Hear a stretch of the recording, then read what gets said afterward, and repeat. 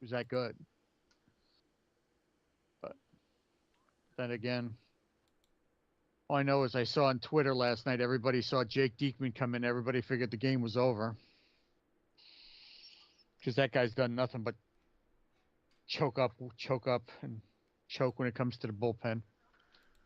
Christian was there last night. Yeah. I was talking to him on Facebook while he was at the game. We are bullshitting during the game. He goes, "Dude, that shot McNeil hit was a bomb." Oh, fuck Twitter right now. What's up with Twatter? I would need to pay for X Premium to go live on Twitter. Since when? Since today. Kiss my ass. I'm not spending fucking $15 a month to I'm gonna go live. I know he's recorded. Then you put it on Twitter afterwards. Exactly. So what the fuck's the point? It just Yeah. won't be live. Yeah. Then fuck it. We'll do it live.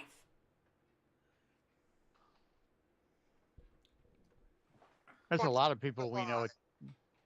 You know who's at the game tonight, Ronnie? Demonto's at the game. With mittens. Is he there with mittens? Yeah, they're sitting together. I know. I saw Danny was there, but I didn't know Mittens was there. Yeah. Oh, dude, that fucking Yelich was having a great year. Now he's on the fucking IL. Oh well. With back inflammation. Oh well. When you're carrying a team, that happens. That ain't no shit. I'll tell you what though. That's great for anybody in the Central right now.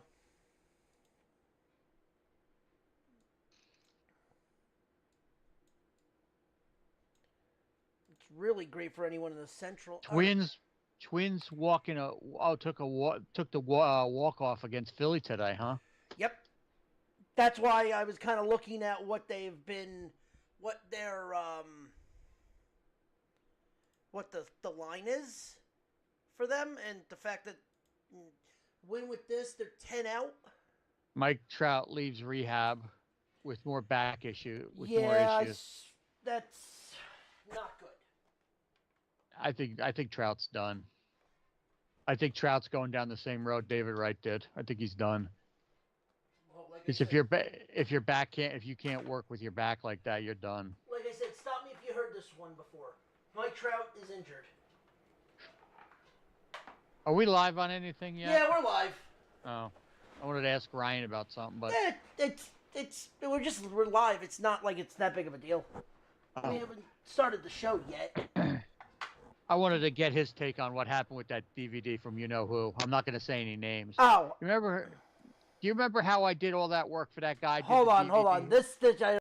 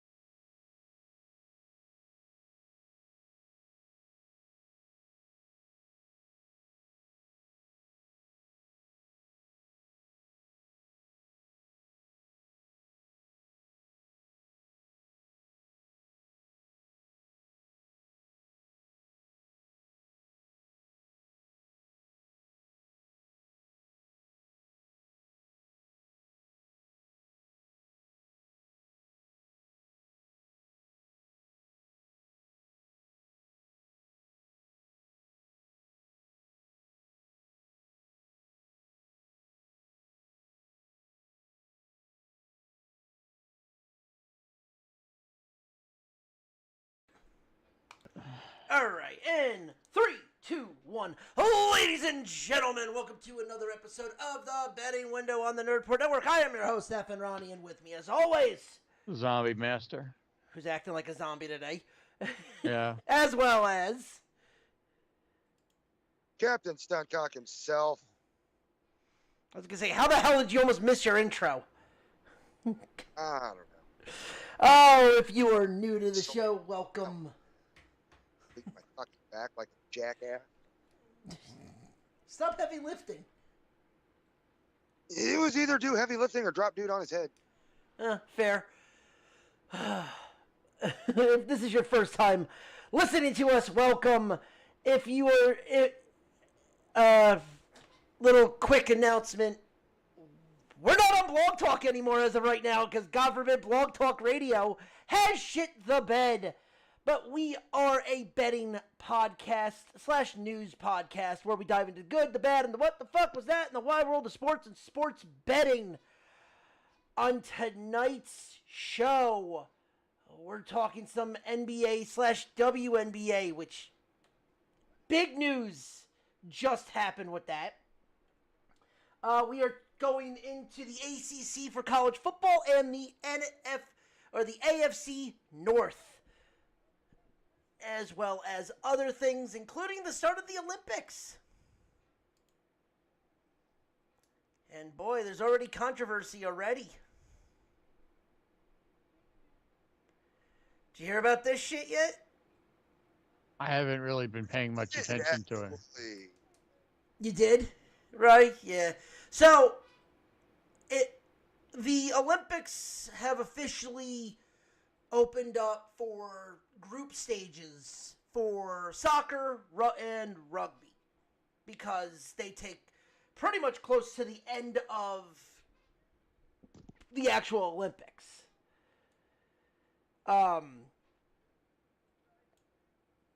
It was Argentina versus Moscow, or God damn it, it was Argentina versus Morocco,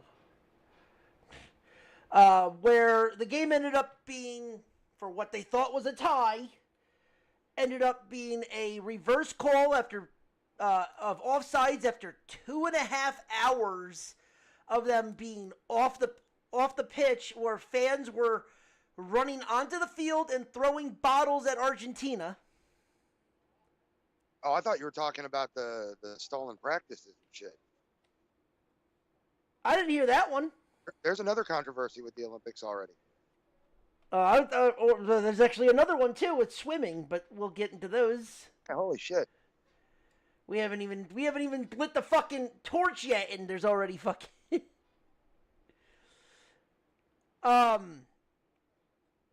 and led to Morocco actually winning the game because the dude's boot was technically offsides.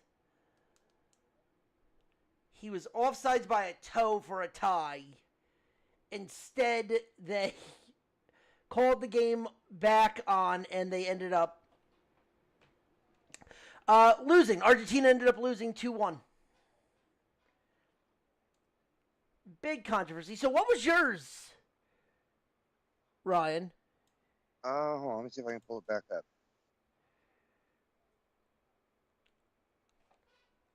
Because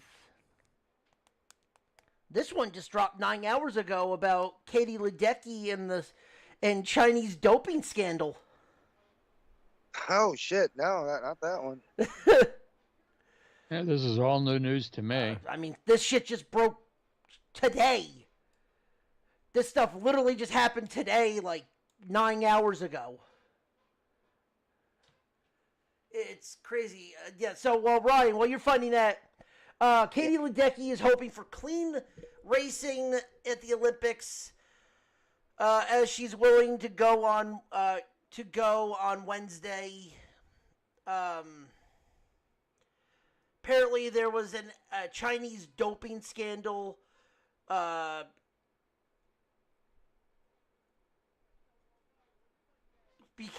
God! So I'm just reading this article. Competing her fourth summer game but it's the first one since a doping scandal involved nearly 24 Chinese swimmers who tested positive for banned substances ahead of the Tokyo Games. Lovely. First Russia, now China. Okay, so the one I've got is Canada. Okay, what you talking about? Well, apparently, Canada has been accused of spying on New Zealand's team practice. Blame Canada. Blame Canada. For the beady little eyes, flapping heads we all despise.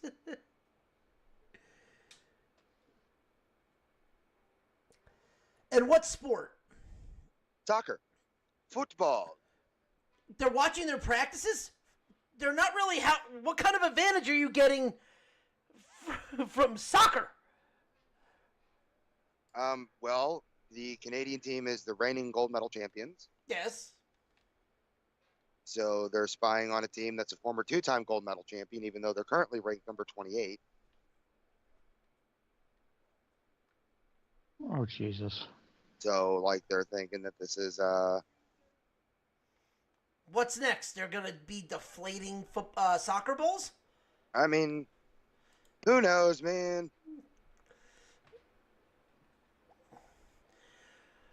Oh, in other news, sticking with the Olympics, our favorite people in the world have come into the news again.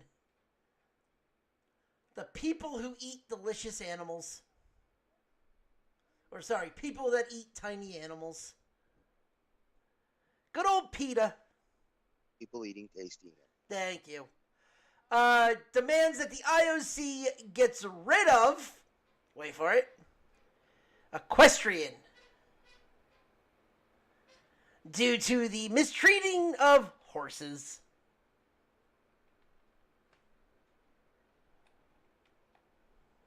Haven't we already had this discussion once before? No, that was a horse racing. Equestrian is more the pageantry of horses. Yes, that's where you get those pretty high steppers. Prancers. The prance, yes. And The ones that jump over the little tiny bridges and shit? yes. That's where you get more of those, which a 6-time gold medalist was suspended for mistreating her horse in a leaked video that came out days before Paris. Now, they say mistreated, but what their eyes of mistreated is heavily whipping the horse with a riding crop. Was it a little bit overboard? Yes. Was it bashing its skull in with a rock? No. Like the other guy in fucking New York that got arrested for that shit that we had, the story that we had on air, like about a month ago? I vaguely remember that. Yeah. It's not that. Was it overdone? Yeah. It was a mistreating? Yeah. But is it animal abuse? No. Not per se. I wouldn't consider animal abuse. Is it overdone? Yeah, but it's a riding crop. Right. Like, it's not something that PETA needs to get involved and say... Let me just, if we're talking about riding crops, let me just go on the record and say this, okay? I was waiting for you to jump in. I was kind of leaving it for you. People can't get pissed off about using horses, like riding crops on horses, when we use them for rough sex. And yes, I said we. Hey now. You ain't never whooped no lady's ass with a riding crop, you're not living.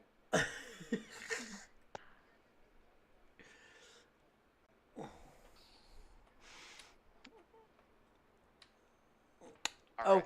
All right. Okay, then. No, to end it, though, I mean, let's face it. Does PETA need to shut the fuck up about this? Yeah. Yes. Like, it doesn't mean shit. Okay, she was a little bit she overdid it. Okay. I don't see where the issue is with this. Like, the doping scandal is a bigger fucking thing than a riding crop incident. But guess what? It doesn't have anything to do with an animal. It's like telling someone to go play water polo and the horses drown. Oh, there's so many comedy jokes that were written about that. Yep. But again, it doesn't. It's not. It's not that. Like it's. I don't know. It makes no sense. That's fair. Yeah. Olympics start Friday. The Olympic Committee announces that 10 years from now, Salt Lake City is going to get the Winter Olympics in 2034. So, good. There we go. All right. Cool. Okay. I found the article that you were saying about that the Canada used drones for the women. Okay. That sounds like a nothing story.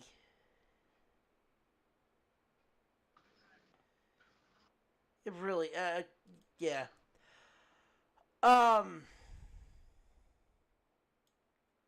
Team USA, I don't really give a shit about the Redeem team. No one cares. LeBron James is not better than Jordan.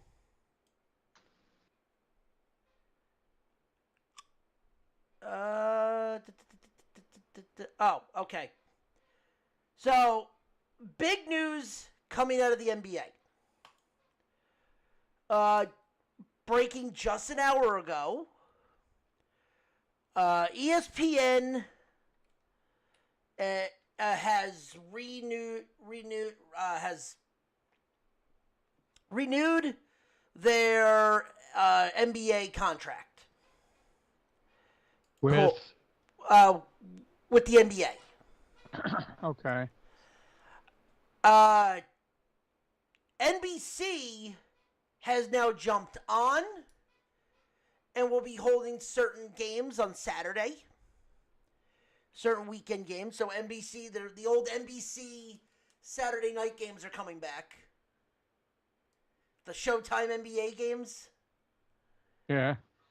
And Amazon Prime will be getting the Wednesday games this year, or starting in 2 years, where TNT was offered to hold on to the contract and the NBA rejected their offer. Would you like to know how much they offered per year and they turned it down? Shoot. Ryan, you got a number? I do not. They turned down $1.8 billion for Warner Brothers to keep the NBA on TNT. Guess they really want that AEW business. Right. But this new media deal is an 11-year, $76 billion with a B dollar deal.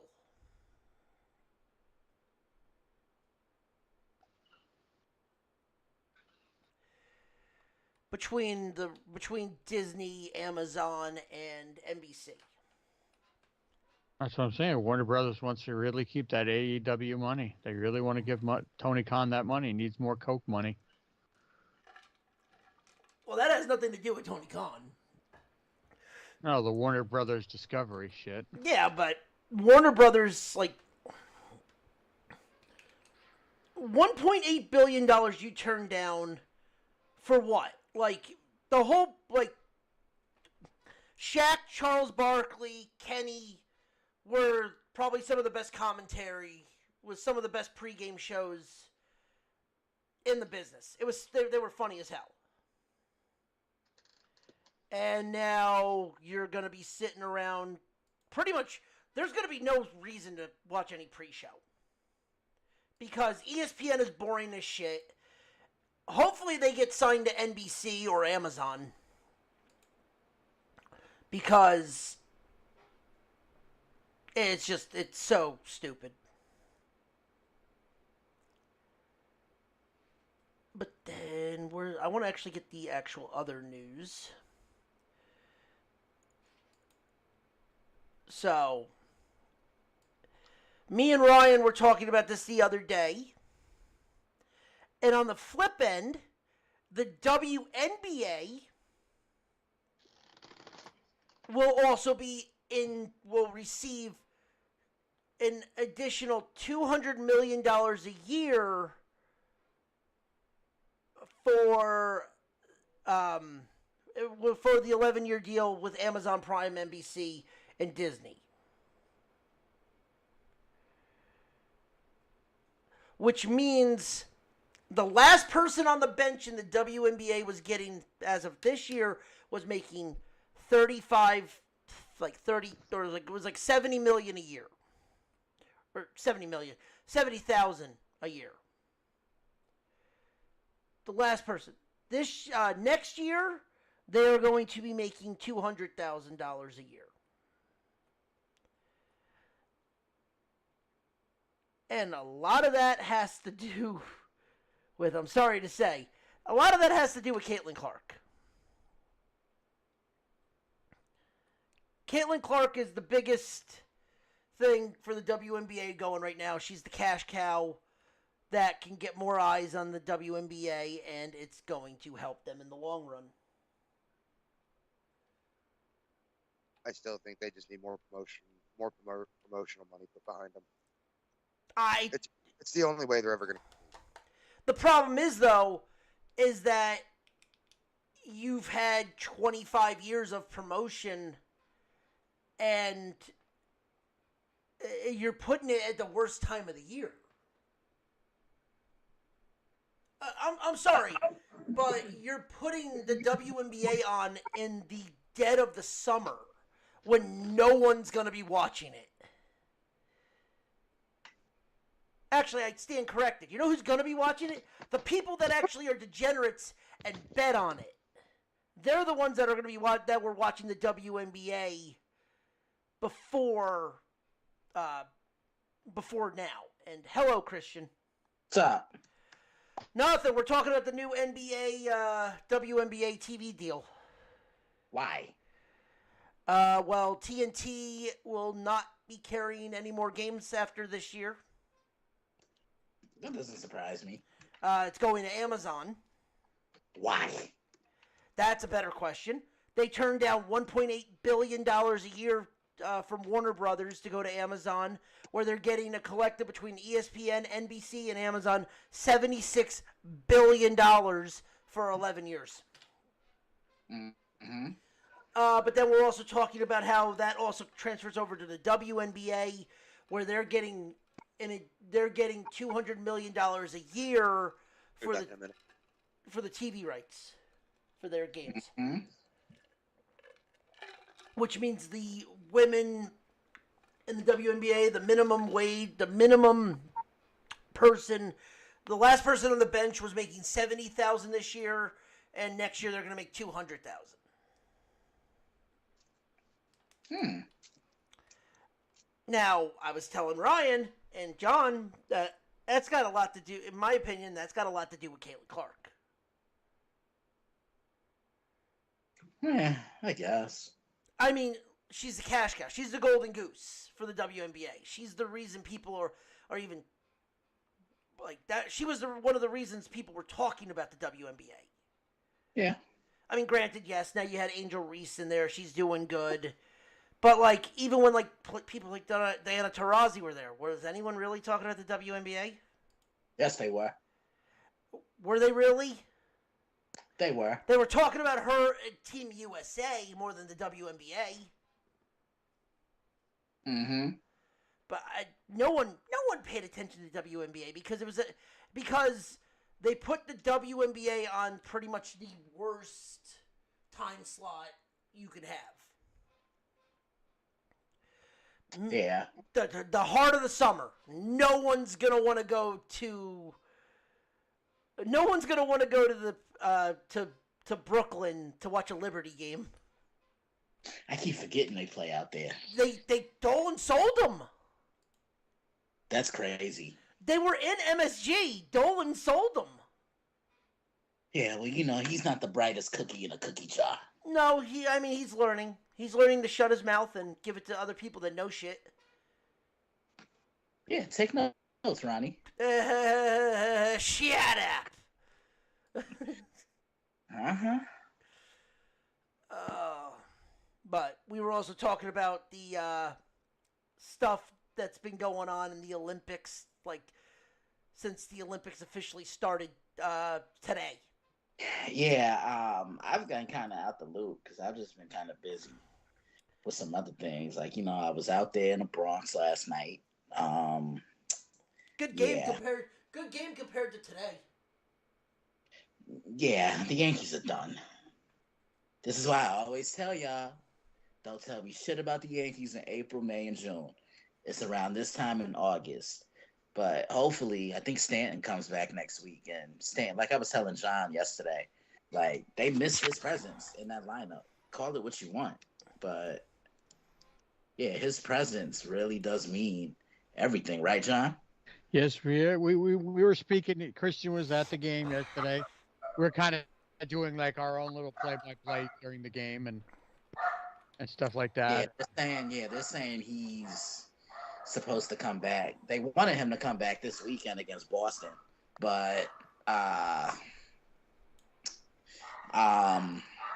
they're saying it's likely not gonna happen. But yeah, they're saying like next week. Hopefully, he doesn't need a rehabilitation assignment. But yeah, like the Yankees have only won like 7 games. 7 games in all the years he's been out. In all the games he's been out, they're like 7-22 without him. And then look at their record with him. Yeah, he's their most important player. Judge is their best player. You already know what he and Soto are capable of doing. Yeah, you have nothing behind that. I mean, like yeah, like I told you. I told John this yesterday. If Judge and Soto aren't producing, the Yankees don't have nothing. well, the perfect example was last night when we were talking during the game. It's like the crowd I would watch it because, like I said, I was watching the game and you were there. When Soto comes up, the crowd comes alive. When Judge comes alive, the crowd comes alive. When Judge and Soto are not up, the crowd's basically sitting on their thumbs. Yeah, pretty much. Yeah, Because there's nobody. I'm sorry, and like I said, Christian, this is not a slight.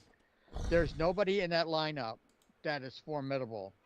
DJ LeMahieu was embarrassing last night. Yeah, he's a shell of himself now. At this point, Gleyber Torres hit a bomb yesterday, but then again, kiss my ass. But then you said the shot Jeff McNeil hit off of Gill last night was like a piss rocket off the thing when he hit it. Yeah. But it's like the Yankees to me, and it's like that kid that came in and pitched last night. I don't remember what his name was. He looked like he was 12 years old. Well, he came in the later innings. Well, everyone keeps saying the Yankees need bats, and the Yankees need bats. No, they don't. They need pitching, and they need it in the worst way possible. I mean, like, they need a closer. I know I've seen the rumblings about the kid from the Marlins coming up here, but I don't think he'd do well. in New Tanner York. Scott. Tanner Nah, Scott. no, Jazz Chisholm. Chisholm would get eaten alive up here. Yes, he would. He would absolutely get eaten alive because the Mets were rumored to be interested in him too. And I'm like, he came to New York, he would be eaten alive. No, I think he'd be able to handle Queens. It's the Yankees. It's the pinstripes. Yeah. Yeah. It's Just as long as the only thing I don't want the Yankees to do is make a trade with the Oakland A's because it never seems to pan out. Sonny Gray. Yeah. JD uh, Davis. Lou Trevino, Frankie Montas. Yeah, like Montas sucked up here, but just a couple of weeks ago, he pitched against the Reds. I mean, he pitched for the Reds against the Yankees, and he was locked in. Looked like a Cy Young winner. It's like fucking Lugo and Waka. Seth Lugo's fucking killing it in Kansas City. Yeah, just like AJ Burnett, he couldn't handle it out here in New York. No, he couldn't. No. I mean, it's a, and there's the same stigma when it comes to the Mets too, because I've said, Ronnie and I have discussed this before. When the Mets have gone out and got certain big free agents, they've paid big ass money for some of these free agents, and some of these free agents were killing it with their former teams. They come here and they absolutely shit the bed. I.e., Jason Bay. Gave him a big ass contract. He did nothing but shit the bed while he was here. Yeah, but Bay also got hurt though. Like I'm looking at Sonny Gray's numbers when he was here with the Yankees, and his ERA on the road was like 3.63, 3.62. He had a 3.62 ERA, but at home he had an ERA over 7. All right. Well, since you brought it up, what do you think is wrong with Garrett Cole? I think he's still rusty. I mean, how many starts has he had? This is, I think, his 7th or 8th start since he came back. I mean, look, I think he's still trying to kind of get into the grand scheme of things. He's still trying to get himself into a rhythm. You know what I'm saying? I'm assuming you've watched the game tonight. Yeah, and then remember, I saw him pitch a couple weeks ago against Boston, and he looked sharp for like the first 2 innings, and then the Red Sox hit him around. Like, he gave up a home run to, I think it was Devers, if I'm not mistaken. Yeah. And I think Boone came and just took him out the game, but that was the game when Ben Rice hit the 3 home runs. They just showed, I got the game on in the background. They just showed Cole in the dugout. He was punching things. He's like punching the barrier in front of the dugout. He's like throwing his glove around. Yeah, he's frustrated. I could tell he's frustrated. Yeah, but like I said, the Yankees hit their peak. They peaked too soon because they're not winning games when they're supposed to.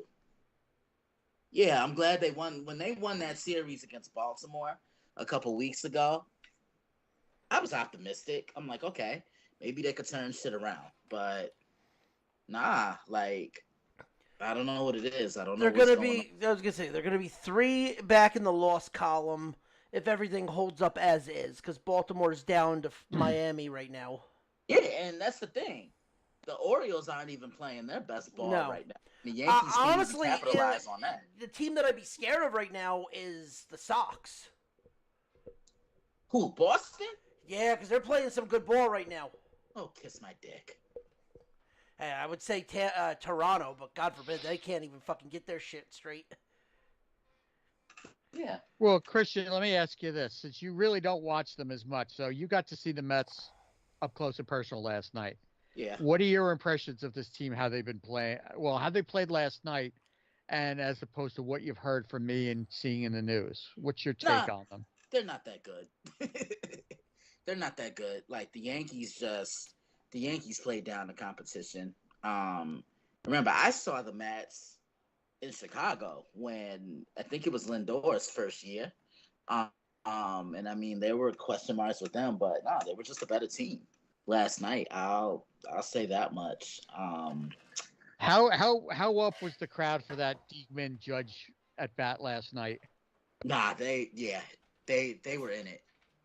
I'll say that much. Well, I mean, and Mendoza did the right thing. I mean, walking Judge 4 times last night. 4 times, and then, oh, they're gonna beat him. Have him beat him. And yeah, that was the right call. I mean, because I would not have put first. I would not put first and second with 1 out In the bottom of the in ninth. the bottom of the ninth. I would not have done that. That was the smart play. If Judge is gonna beat you, Judge is gonna beat you. Yeah, that's what I'm saying. Like, but that's the respect that they have for him. They know what he's capable of doing. Look, I know I might sound like a homer saying it, but Aaron Judge to me is the best player in baseball. I mean, you're not wrong, but the other question is too is I won't disagree with you. Here's the thing. Here's the smart part about this. Okay, you walked him 4 times. Who was behind him? Nobody. Nobody. If Soto bats before him. Now, if Stanton was behind him, would they have pitched to him? Probably not. Nah, they would have pitched to him. They would have probably tried to pitch around him, but Yeah. Nah, Stanton has a pretty good eye when he wants to. They would have put up 4 fingers, I think, either way, but I don't think they would have walked him 4 times. Mm-hmm. Because, I mean, if Stanton gets a hold of one, the dude's a fucking Greek god. He gets a hold of one, it's going 600 yards. Exactly. Like, You said 600 yards. yeah, I know what I said. He gets a hold of one, it's going to the next fucking borough. Next area Oh, cover. Stanton? Yeah. Yeah. And they say he was juicing. Nah, that's just a big dude. I know. No, that's what I said. I go, yeah, he's so big that anytime he breathes wrong, he pulls a rib. Nah, that's a big dude. Because I remember a couple years ago, this was when I was still in Illinois. He hit a grand slam. I think this is his first year with the Yankees. Oh, I know. Yeah, I know which one you're talking about. And he pulled it the opposite way. Yeah. So, all right. So, right now, we'll get into this last bit, and then we'll bring Chris in for the ACC. Ah, shit. The always complaining competition. Because God forbid you need to, if the Big Ten, you need to put a fucking duck in the middle of the fucking river. Yeah, don't send me no dumb shit like that again. I saw that. I go, what the fuck are they doing? God damn it, Oregon. Was it one of those? Oh, I saw it. Cause you saw it. I had to see it. Yeah. Well, Christian, yeah, I'm glad you didn't get mad at me for what I sent you last night during the game. Oh, that Soto bullshit. I sent him a picture while he was at the game last night of Soto in a Mets uniform. Brenton Bronx buying Queens. You got your Achilles. It's still going to cost us $700 million. But you know what it is? Christian and I have such a respect for each other. We could bullshit and joke like that, and neither one of us are going to get mad.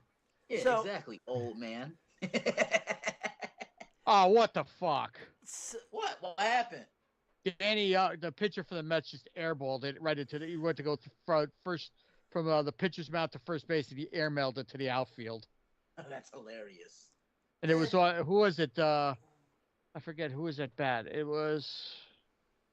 Can't see the number. It's because, like I said, I don't recognize anybody in the fucking Yankees other than Judge. Because it's number 90. Who's 95? Christian. Oswaldo Cabrera. Yeah. Well, he fielded it good, but then he airmailed it. Who Cabrera did? No, the pitcher. The pitcher for the Mets. Alex, I don't know if that's Danny Young or Alex Young. I forget which Young it is. It's Young. No, well, we have an Alex Young and we have a Darren Young now. So all right. So I'm going to read this off real quick. I want you guys' opinions on this.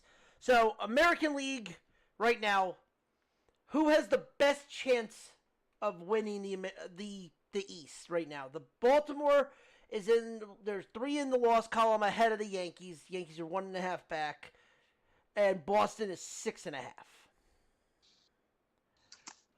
I'm gonna say Baltimore because I trust their rotation a little bit more. The Yankees pitching staff is in shambles. Like they really need to go out and get an arm, and they need to go get an arm for the bullpen as well. Yeah, John? There's controversy see at the Yankee game, right? The Yankee game. They're saying Cabrera was running on the grass and not in the baseline. It wouldn't affect anything. But John, what would you say?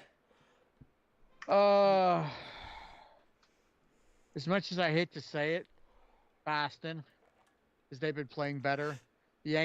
Sorry, Christian, but the Yankees have not been playing up to their standards, and Baltimore, I think is too young. Is starting to show that they're too young, and a lot of their younger players are starting to lose some steam. I'm not saying Baltimore is still not good, because they are good. All three teams are good, but I think Baltimore is slowly starting to flame out. Mm-hmm. Because they're young, and some of these players, they're bringing up some of these guys. It's their first year in the MLB. Yeah. And they're not used to the grind like it is in the minor leagues. And I think a lot of them are starting to lose steam. Well, the Yankees, they need to fix their pitching staff, and they need Glass Carlo back. Yeah. And as for Boston is just they're an annoying gnat that just won't go away. Oh please! They gave up 20 to the Colorado Rockies today. Yeah, I heard about that. Yeah, but Rodney tells me to worry. All right, listen. Blind squirrel gets a nut once in a while. Like I said, I mean, of all three teams, if I had to pick a team, unfortunately I'd have to go with Boston, because I think they got the better shot at making a serious run at it. Other than, like I said, if the Yankees go out at the deadline and pick up some stud pitchers to bolster this rotation, and they get Glass Carlo back, they could go on a run that could be incredible. But it's all depending on what they do at the deadline. Exactly. Ryan, what do you say? Ryan's still on mute. He should be back soon anyway. Yeah. There he is. AL East, Baltimore, Yankees, or Sox? Who do you think is going to win it? Yankees. You think the Yankees? Yankee Day. Oh boy. Yankee Day! That's right. God damn it! Why'd you gotta tell him about the pizza monster, the spaghetti monster in the sky? Let me tell you something, sir. I am very, very serious about being a Pastafarian. Hey, Dave, I got a promise to make you, okay? Okay. When you come out here, we'll go Yes. to the strip club. We'll get you a lap dance, okay? Woo!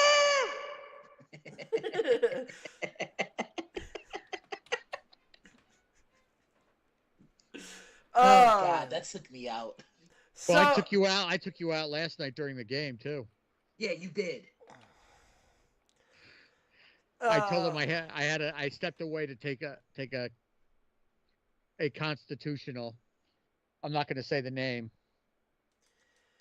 But like in the other divisions, does Cleveland hold on, or does the Twins or Kansas City roll in? I don't know. Kansas City is making shit interesting. I didn't know they were that good. I told you this. And correct me if I'm wrong. Listen to you? That's your first problem. Christian. No, it's not. Christian, in the beginning of the year, what did I say about Kansas City? Yeah, you called it. And I did it a couple years ago with Cleveland too. Mm-hmm. I said Kansas City is going to be a sneaky team this year because they went out and they didn't spend a lot of money, but they spent money on the proper guys. Yeah. Now look, Ronnie's all offended because I don't listen to him. I fucking called that for when they started signing Seth Lugo. I'm sorry. What'd you say? I wasn't listening to you. That's what I'm going to be in about 10 minutes. Okay, Chris. Hey, Jen. you. Huh? Okay there, Christian. Strike one. You know what? Fuck strike one. Strike two. So, all right. So then You're not about to be disrespectful tonight. So for the last one for the AL, Houston's in the lead. Mariners are 1 behind. Texas is 3. Ah, crap. Texas is 3 behind, 3.5 behind. And I can't rule these out because, God forbid, we could see all these fucking games going on. The Angels are 8 and the A's are 13. Really? The A's, I think, Are not playing horrible. they're not playing good, but all I know is I have a question for everybody here, and I want a legit answer. The record for losses in a Major League Baseball season is 120 by the New York Mets in 1962. Do the White Sox eclipse this year? I hope so. I hope so. Because, look, it wouldn't... A more deserving fan base.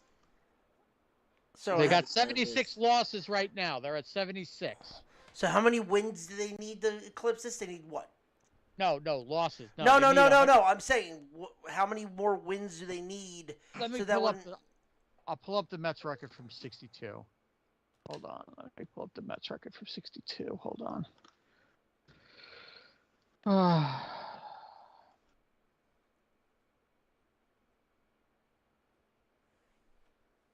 They were 40 and 120. So they could only win 12 more games in 60 days. They could do it. That could happen. They're bad.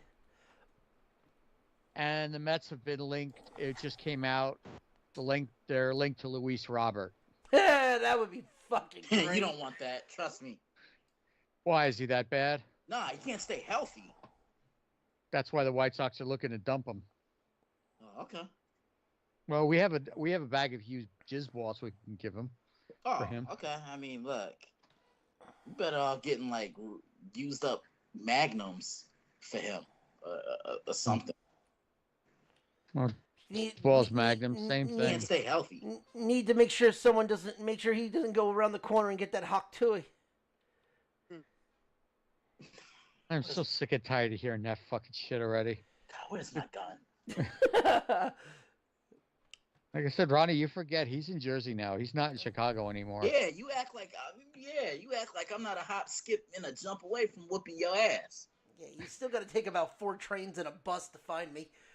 Man, look, I drink Red Bull. That shit'll give me wings.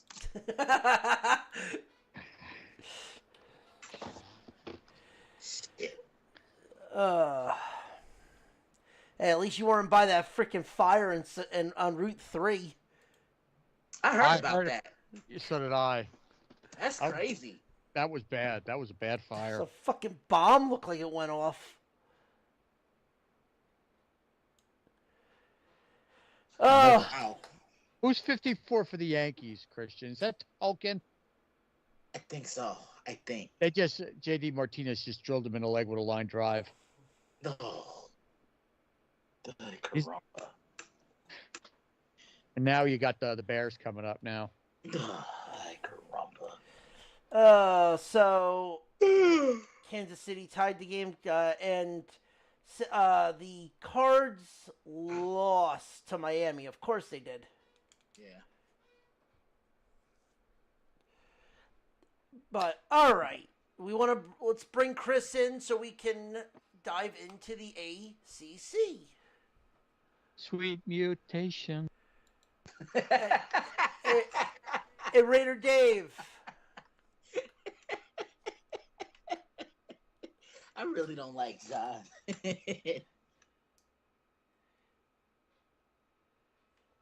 You hate me, but I make you laugh every time. Yes, you do. Hello, Chris. I'm going to get a drink. BRB.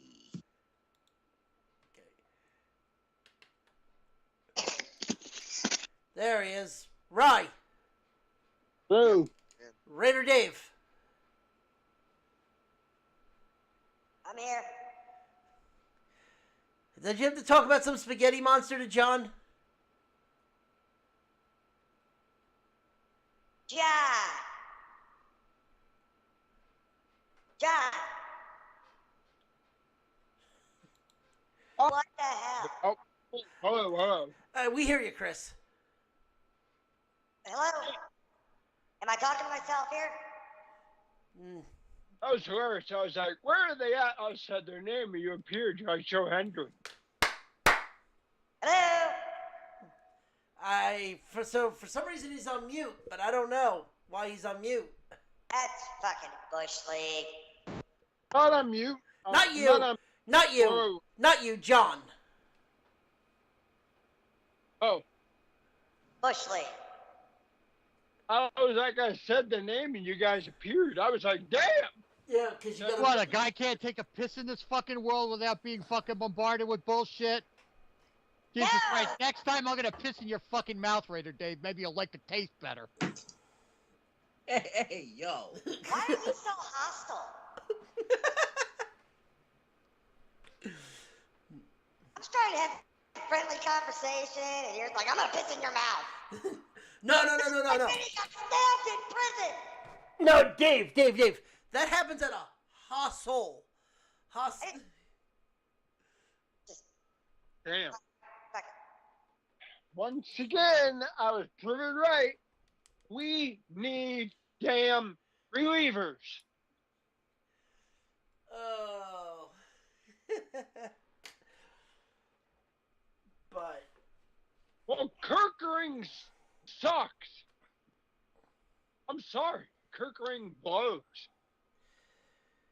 Yeah. But Chris, bring up your stuff for the ACC. I'm gonna type it in chat real quick.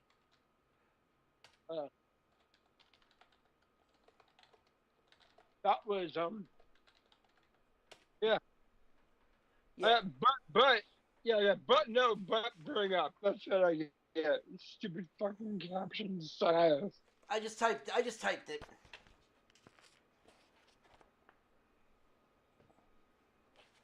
Show captions for all calls. Yes, show captions. Definitely. Show captions, they say. It'll be fun, they say. As they say. That's what I get. So yeah, I'm fine, blind, whatever. All right. So we are diving into the ACC, the Everyone Complains Conference. Oh yeah, the all complaining conference. Yeah, headed by the Florida State Seminoles. Vesicles, which Raider Dave doesn't have. Fuck off. I mean, if I'm lying, I'm dying. I'm telling the truth. You're an asshole. I know. You're welcome. Thank you. You're finally getting it. Fucking hate this. All right, who did what now? Well, we're talking about the ACC, the All Complaining Conference. You know, followed by the Seminole Vesicles that Raider Dave does not have. Ronnie, play my music. You, Ronnie. I don't have a soundboard. Blog Talk is all fucked up. Play my music.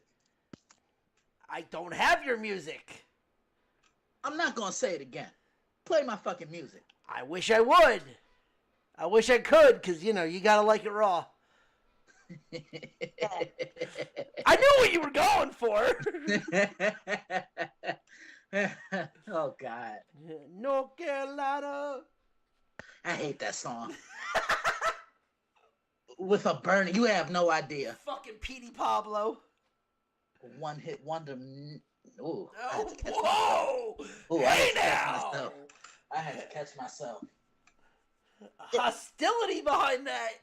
What? How about some hardcore? Not like MOP. Or how about some hardcore? Yeah, we like it raw. Yeah. Yeah.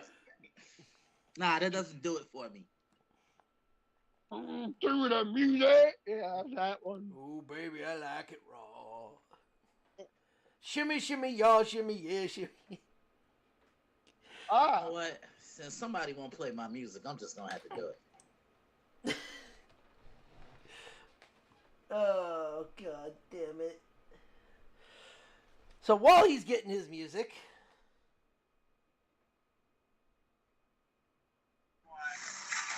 Can you hear that? I hear the ad. I hear the ad. Okay. Well, I had to make sure you could hear something. There it is. Did you hear it? Did you hear it? Yeah, Spotify ad. Raw. Oh, we on Spotify. Yeah, great. I like that. Yeah. All right. So, new head coaches this year for the ACC.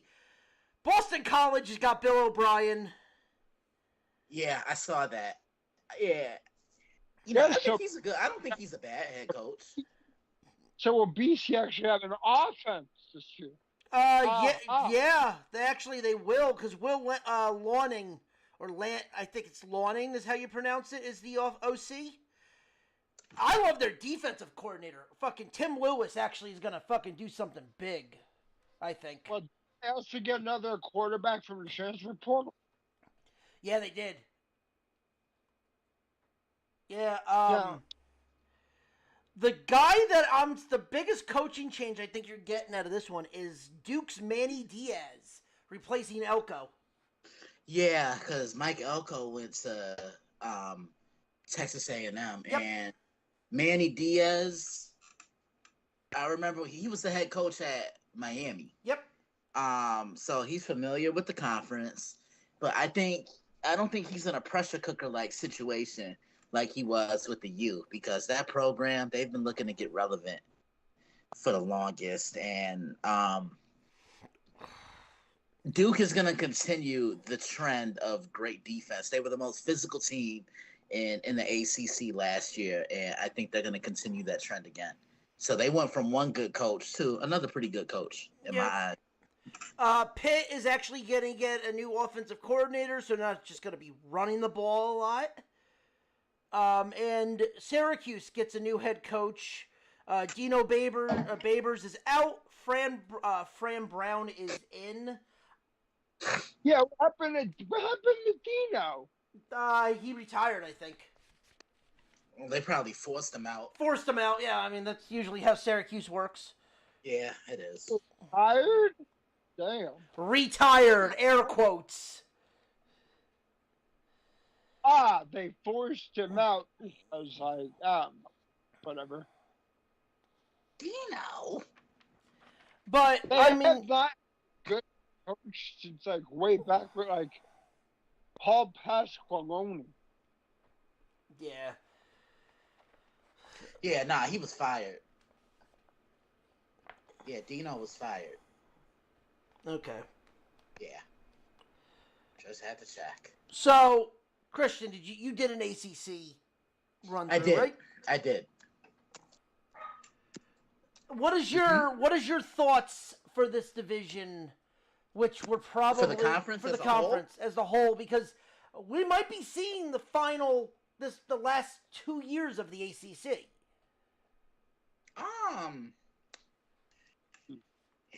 To me, it's one team and then everyone looking up at that other team. And would that be FSU?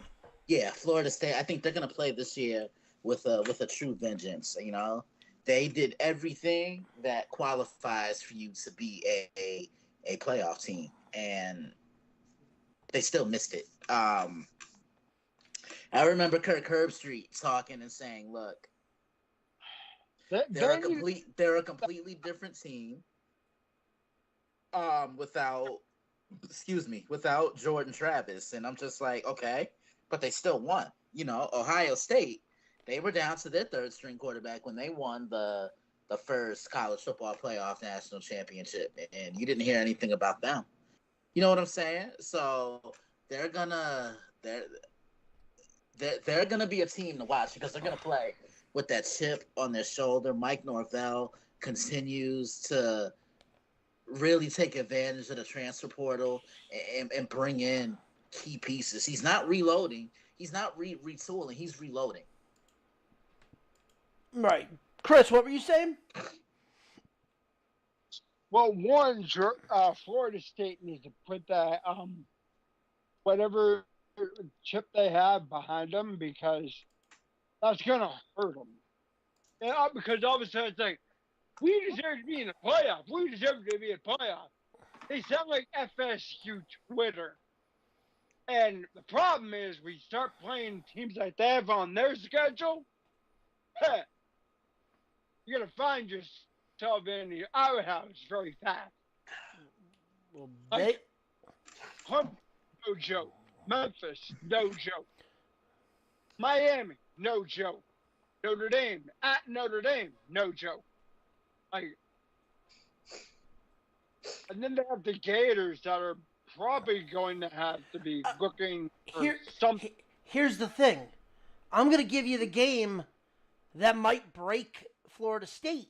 With their TV stand yet? And it's the first game of the year. Monday night in Doak against the team that should have beaten them last year. Who? Florida State. It's got BC. Oh, that's the Monday night game? That's that's their opener. Monday. That's their second game because they play in Ireland technically. Oh, okay. No, their first game of the year is the Ramblin' Wreck of Georgia Tech. Yeah, in Ireland, I don't count that as their first game. Their first game though against is BC's home opener is against Florida State. That's the Monday night game in Doak. In Ireland, I guarantee the Jackets have more fans than the Knowles in Ireland. But the question is, going into this, does DJU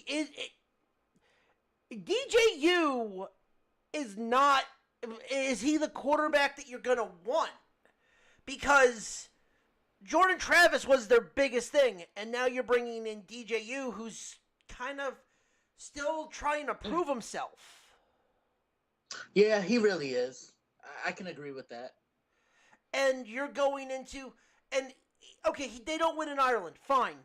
But then they got to come home, and the next week, the Monday night game is against BC, who last year took it to 2 minutes into the fourth quarter for when Florida State was a 22-point favorite.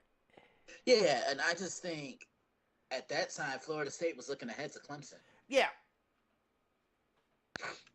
Yeah, and the thing is, if you want, I mean, you get that caught that got down like a sandwich, you're screwed. That's it, right? Right. Yeah. And they have a lot of those let down like sandwiches that could really hurt them. Raider Dave, what do you want to chime in about? I'm just here. I don't fucking know. You getting ready to throw your IKEA furniture? Yeah. Going to buy some new ones? Nope, just gonna put it back together. Well, speaking of which, let's dive into the first game, or the first team, which is the Boston College Eagles, speaking of BC. Their over-under is 4.5. Their odds of winning the ACC, is 110 to 1. 10 to 1. Their non-conference is Duquesne, Missouri, Michigan State, and Western Kentucky. Michigan State, just to make sure everyone knows, is Red Bandana. Is the Red Bandana game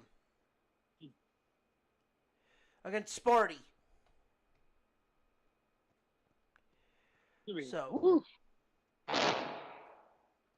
what the hell was that? I'm just making noise, bitches.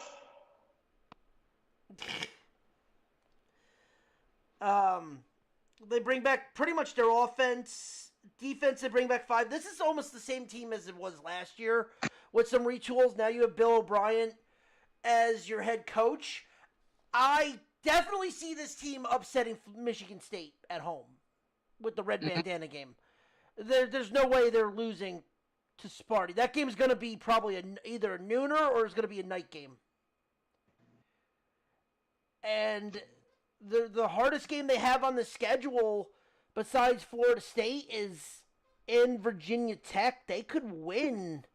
I mean, yeah, they have their Louisville, but that's homecoming. I'm thinking they can beat Louisville. I got Missouri's going to be hard because it's in Missouri, but that's a conference. I have this team going bowling. I have this team winning 6 games and going bowling, and I have them going over.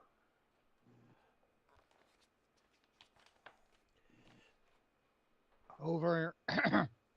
Yeah, I'll take the over. Going over, baby. Thank you, Raider Dave. Chris? Yeah. I'm win 6. I mean, just 6, because Pitt's going to be bad. So, and that's going to be the game to get him over the hump. Well, we don't know what Pitt's going to be this year because Pitt got a new offensive coordinator. All right. The Cal... Juicy, so, you know. yeah, well... I don't trust their juicy, so, you know. So, all right. Next, the new team to the conference, the Cal Golden Bears. Pretty much bringing back their entire offensive line and their quarterback and running back. Jesus Christ. And half their fucking defense. Their non-conference games are at home against UC Davis, at Auburn, San Diego State, and Oregon State. Why? What? Just, they're going to be like Austin and ECW when they're like, take me back, Pac-12, take me back. I was wrong. So their over-under is 6.5. They're 45-1 to win the division or the conference. I do not have them winning 6. Here, I don't have them going bowling. I have them winning 5 games, so under. Under. Under.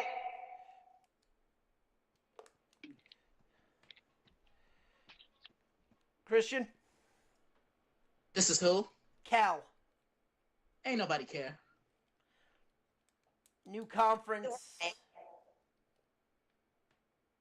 They're gonna win like 5. That's it. So yeah, under. All right. So the next team, which is the second favorite in the ACC, is the Clemson Tigers. Clemson, again, didn't reload on offense. Klubnik is still your quarterback. Defense is pretty... Oh, Slowick's good. What was that? They better hope Cade Slownick actually like progresses, because he was brutal at times last year, and I think he's gonna get more brutal. For what team? Clemson's quarterback. It's Klubnik. Yeah, Cade, whatever. Yeah, I was gonna say Klubnik. Their non-conference games, they open up with Georgia, App State, Stanford. No, that's a conference game now. Never mind. I thought Stanford was. I forgot that. The Citadel in South Carolina. Oh yeah, the Citadel. Gonna get clubbed the first game of the year, so you know. Their over/under is 9. They are 3-1 to win the ACC. I have them winning 10 games. My two losses is I have Georgia and Florida State as losses. Yeah, I'm going to take the over. It all depends on what Cade Klubnik shows up. They need him to really take that next step forward. Because he was too inconsistent. They've really bolstered up that wide receiver group, but they got to get back to running the ball.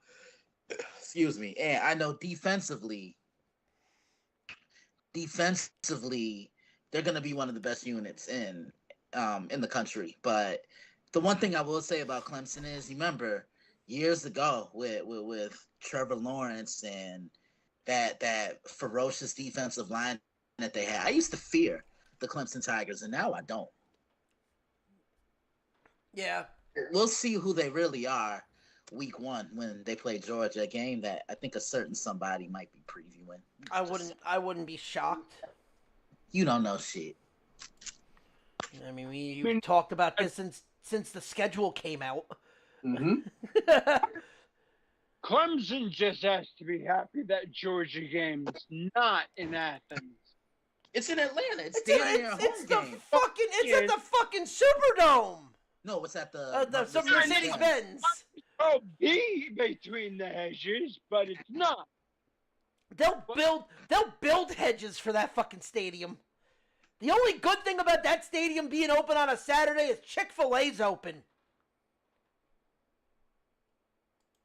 Yeah, it's Atlanta. I wasn't making that joke, but okay. No.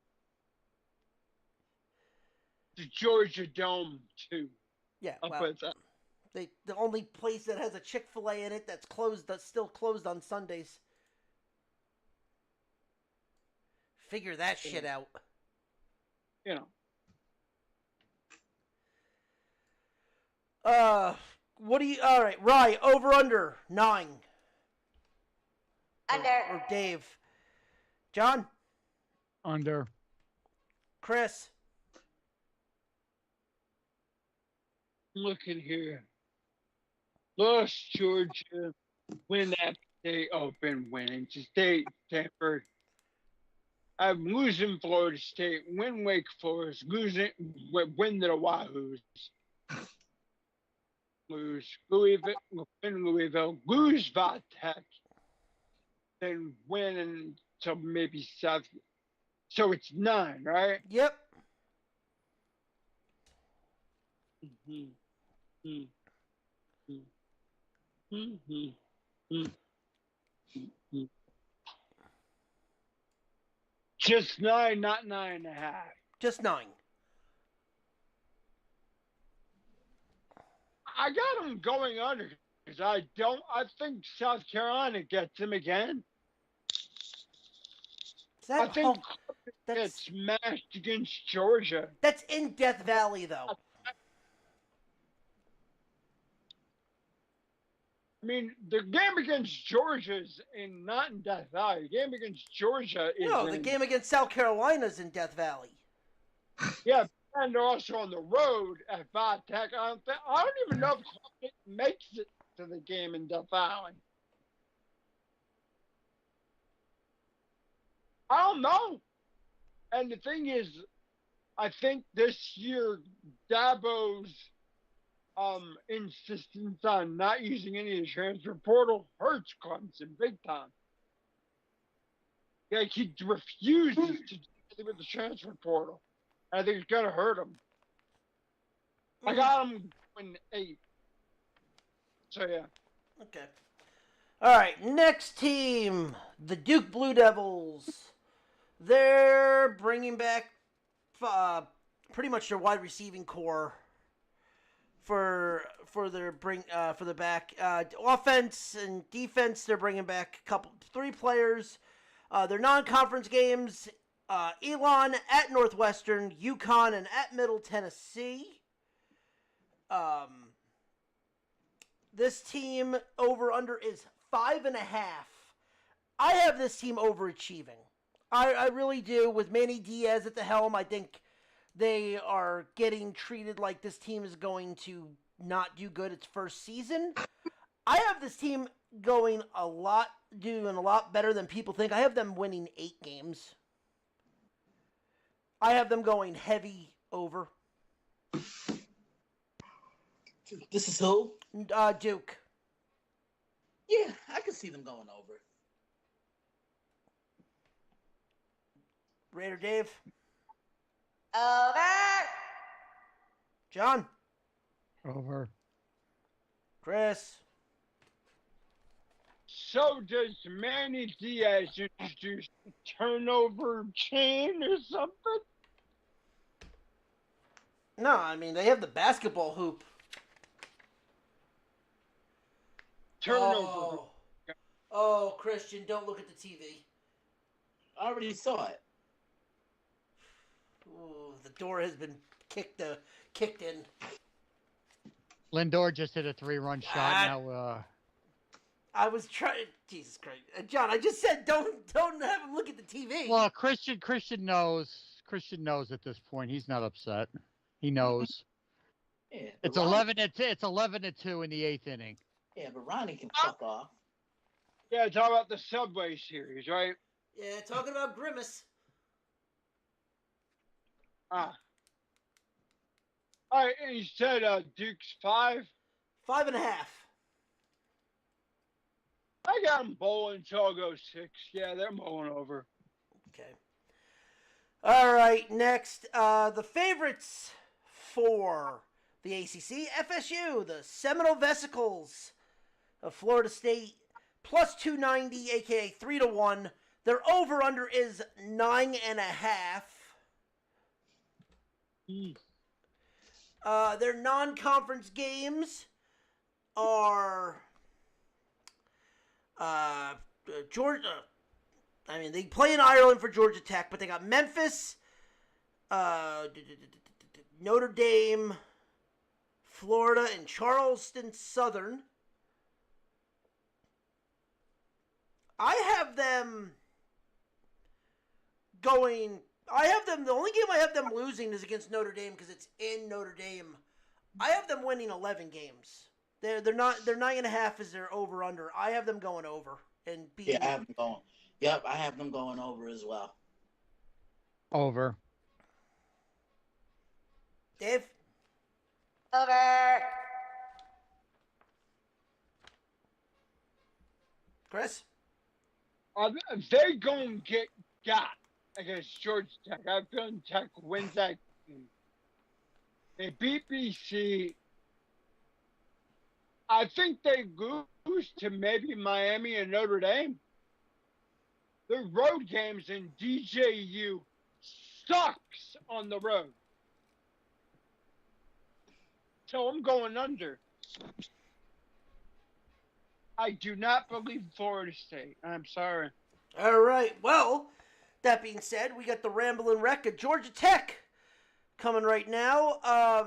Their over/under is 5.5. They're 40-1 to win the division or the conference. Their out-of-conference games are Georgia, Notre Dame, VMI, and Georgia State. They bring back pretty much their whole offense and 4 players on defense. I have this team going bowling. I have them going over their win 5.5. So I have them actually winning 7 games and going over. Over. Over. Ain't nobody care. Okay, Chris. What's Tech's over under? 5.5. They go over barely. They win 6. They're going bowling. So you're gonna be Christian. You're just gonna be the dick to predict it lockstep, so they go under, or are you gonna go under and have a chance to hit the over? And this is who again? Georgia Tech. Oh, ain't nobody care. Stop it. Next team. Well, the next team is Louisville. There when they beat Florida State. They do that. That'll really set a fucking that's definitely a week 0 fucking holy shit moment. Yeah. Well, the thing is, that's first game. Noon. It's a week 0 nooner. The nooner. Yeah. All right. Ooh, Louisville. Their over under is 8.5. Under. Well, let me finish real quick. Hold on. Their non-conference games: Austin Prairie, Jacksonville State, Notre Dame, and Kentucky.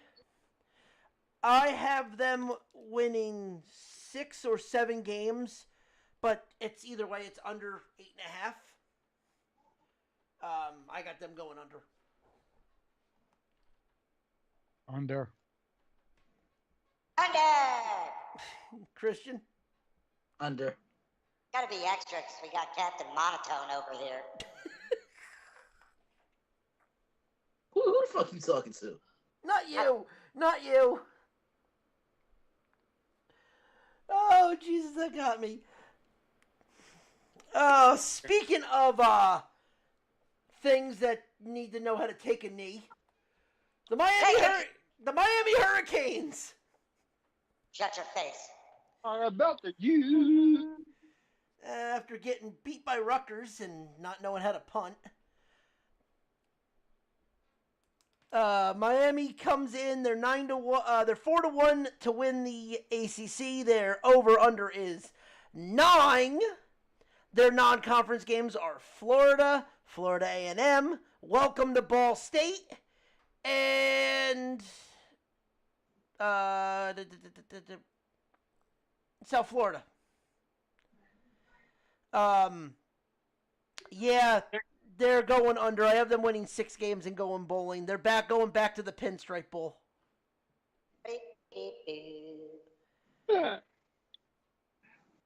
Dave.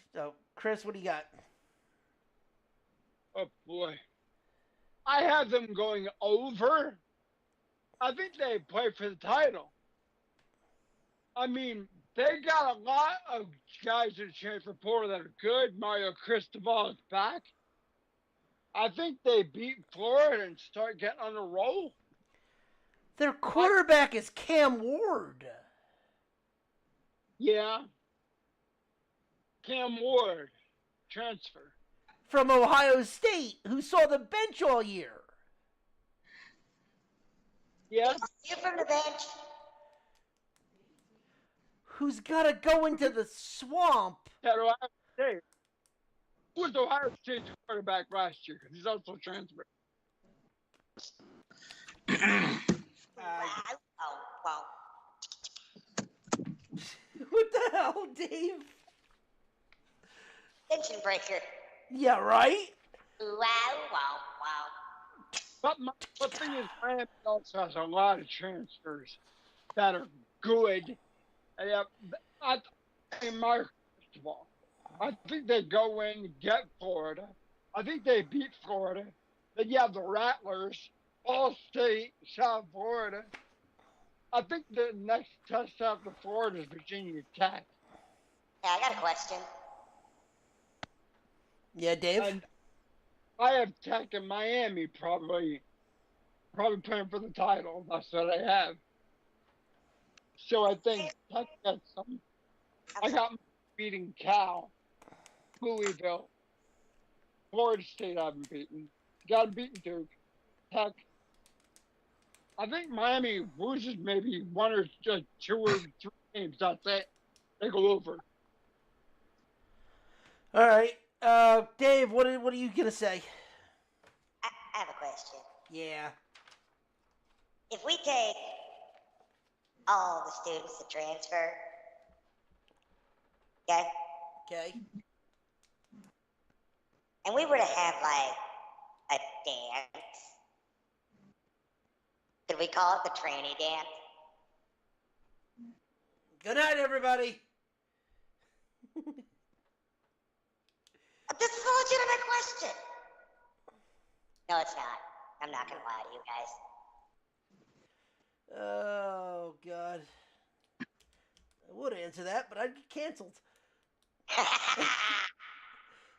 Dave, over under 9 for the Miami. Why am I asking you this question? Really gonna ask that question? Really gonna ask that? It's over. It's the U. Oh, John? Over. okay. Christian? I'm gonna take the over. Okay. Smart man. All right. Next is North Carolina. 7.5 is their over/under. 18-1 to win the ACC. Their non-conference games are Minnesota, Charlotte, James Madison, and where's the last one? NC Central. That's a win. I got them stepping back this year. I only got them winning 5 games this year. I do not think this team is what they were when they had Drake May. I think this team it goes doesn't go bowling, they win 5 games.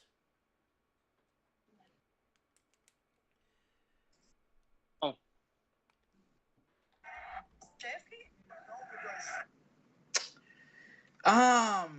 I mean, I know it's a new transition time without Drake May. I don't think their offense is really gonna miss a beat, right? I know they're gonna be without Drake May. There's no Tez Walker. It's their defense I'm watching. But Mac Brown is gonna work with what he has around him. I'm gonna take the over. I think this is a team that can go bowling. Okay. Chris? They win 6 and go bowling. That's it.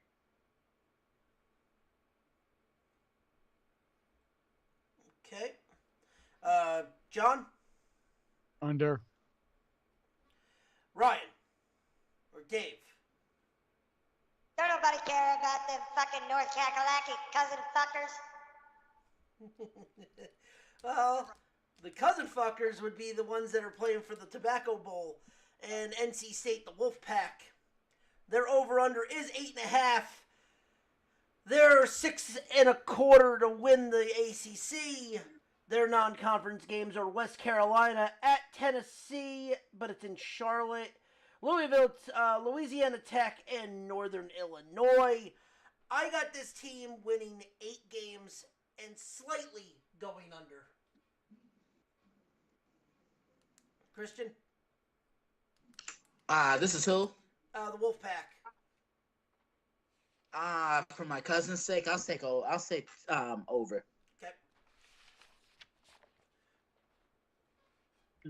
Chris? 8.5. Yeah. I got my name. Okay. Under. Yeah. Roy?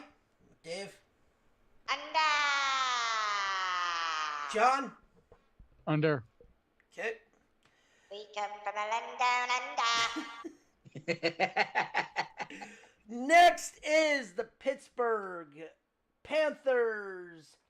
Their over-under is 5.5. They're 125 to win the ACC, more like $1 million. Their non-conference games are Kent State, Cincinnati, West Virginia, good old backyard brawl, and Youngstown State, the good old Penguins of Youngstown State. I got this team with who they're bringing back on offense. They're bringing back their line. I got this team going over and going bowling. I got them winning 7 games. Christian? Ain't nobody care. Answer the damn question. Nobody cares about the Pittsburgh pussy farts. Man, you better lower that damn bass in your voice. Under. So Under. No, he's not talking to me. Don't know who the hell he's talking to. Dave, are you taking the under 2? Yeah, Pittsburgh pussy farts. Yeah. Chris? 5.5. all right, so I got Kent State, Cincinnati, West Virginia, Youngstown State. Yep. What's your over-under? 5.5. Win, loss,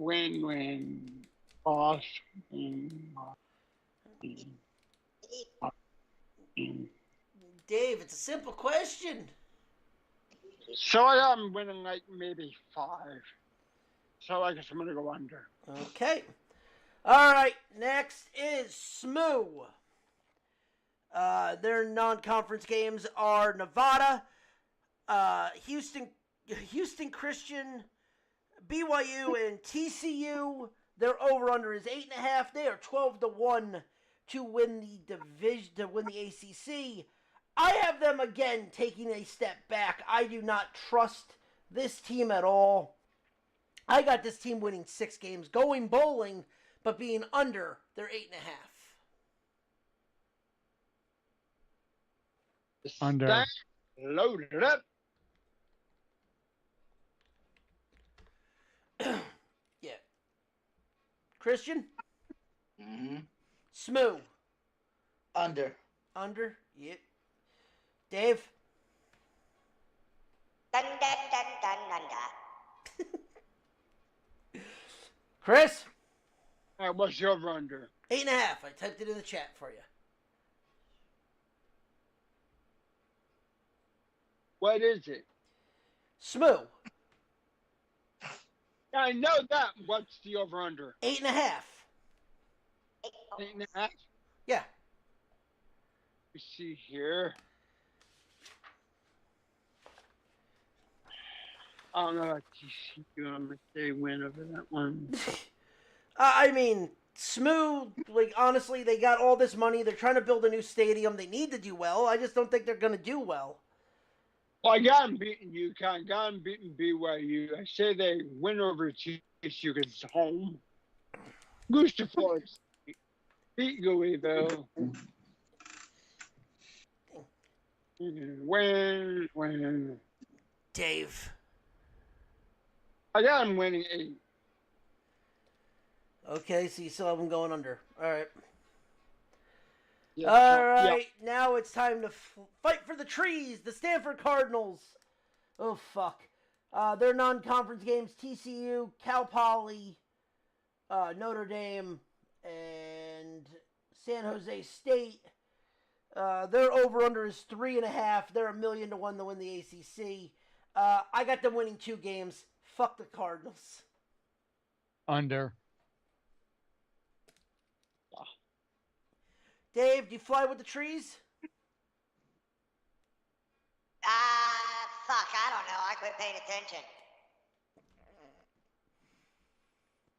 You fly. Under. I understand, Dave, you smoke the trees. But do you fly with the Under. trees? Under. Dude, there's going to be a forest fire, okay? Under. Like, Christian? Ain't nobody care. Yeah, that's just the straight under. Fuck it. yeah, they're a team that I think the ACC is going to kick them out if they suck so bad. Like, Pac-12, just stay in the Pac-12. What are you doing? The Pac-12 wants to bring in a bunch of other stuff. But, all right, let's go to Syracuse.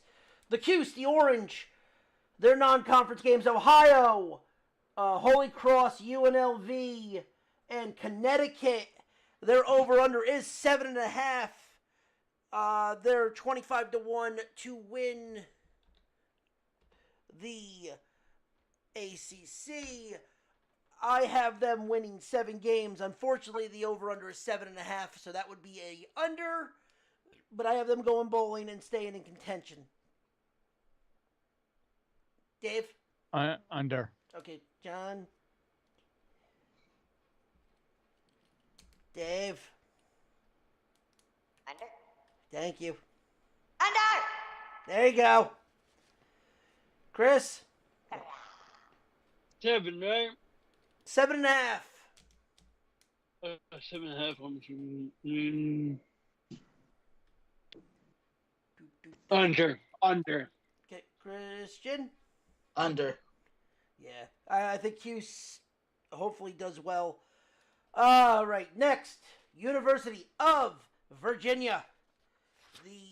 Their over-under is 4.5. Again, they're 100 to 1 to win the ACC. Their non-conference games, Richmond, Maryland, Coastal Carolina, and Notre Dame. Their over-under is 4.5. They have a pretty weak schedule. They're bringing back pretty much their offense and pretty much their entire defense. I have them going bowling. I have them winning 6 games.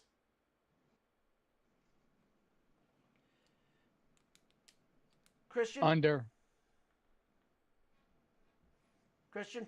This is who? Virginia. Under. Okay. Dave? Under. Chris? Who's going under? Okay. Vatek, time to enter Sandman. Vatek pretty much bringing back their entire fucking offense. I am not even kidding. 11 of 12 players. Vandy is the non-conference games. Vandy, Marshall, Ole Miss, and Rutgers. Their over-under is 8. They are 6 to 1 to win the ACC. I have them winning 9 games and going over.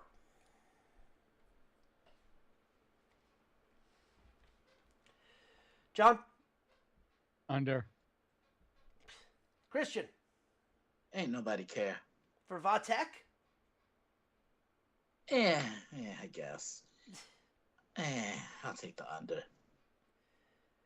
Okay. Rye or Dave, whatever split personality. Under, bitch. Chris? Bring the lunch pails. Time to go to work. We're going over. Okay. Win. I don't see him losing till maybe by end, if that. Win Stanford, beat BC, beat Georgia Tech, beat Syracuse, Clemson. Maybe I would say they beat Clemson. They have a great easy schedule. They're easily like winning like maybe 9 or 10.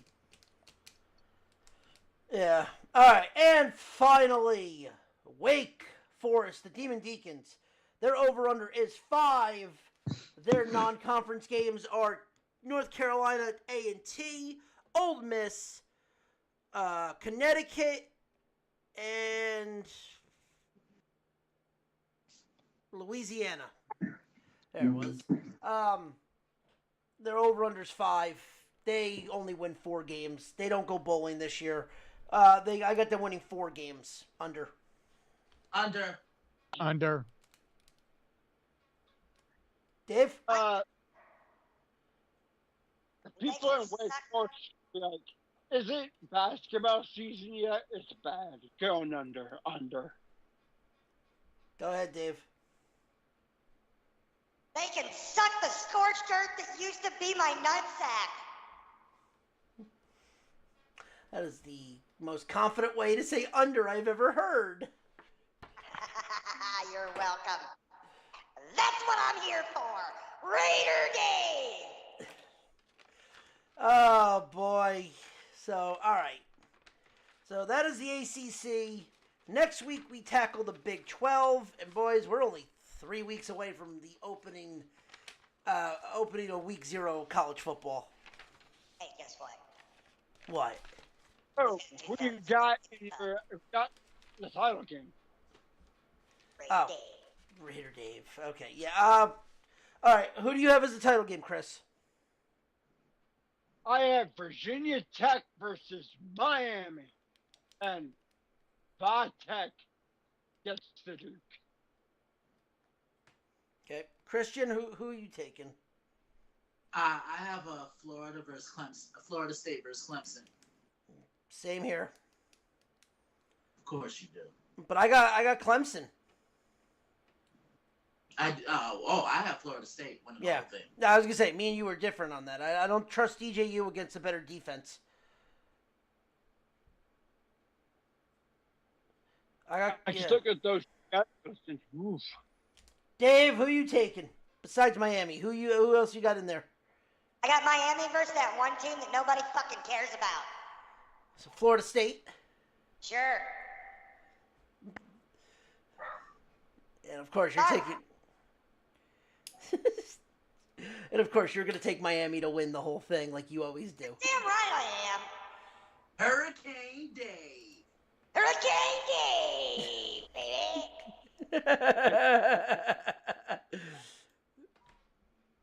Stand back. There's a hurricane. Fuck Day you. coming through. Fuck you. Dun, dun, dun, dun.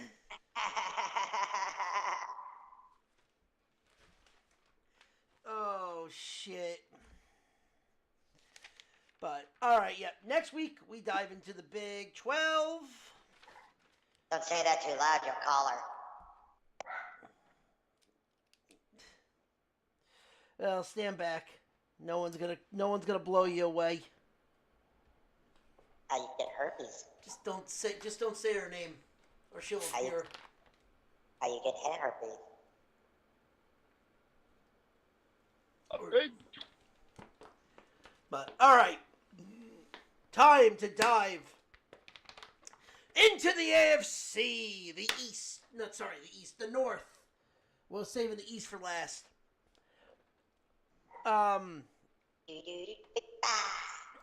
We're just doing Raider Dave's favorite teams this week.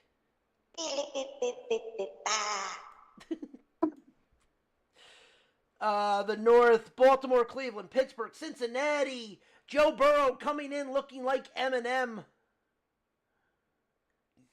Or Cody Rhodes, depending on... Slim Shady, please stand up. Well, you know, a Super Bowl on the road. Something, something, Joe Burrow. Oh, God damn it. Now you're not going to be able to unhear that. You're welcome. No. Hey, right now. All Joe Burrow needs is a shitty neck tattoo, and then he looks like Cody Rhodes. Don't give him an idea. You know he's gonna come through with like some giant fucking logo on his neck, and it's gonna be way big. It's gonna be the Super Bowl. It's gonna be the Vince Lombardi trophy on his neck.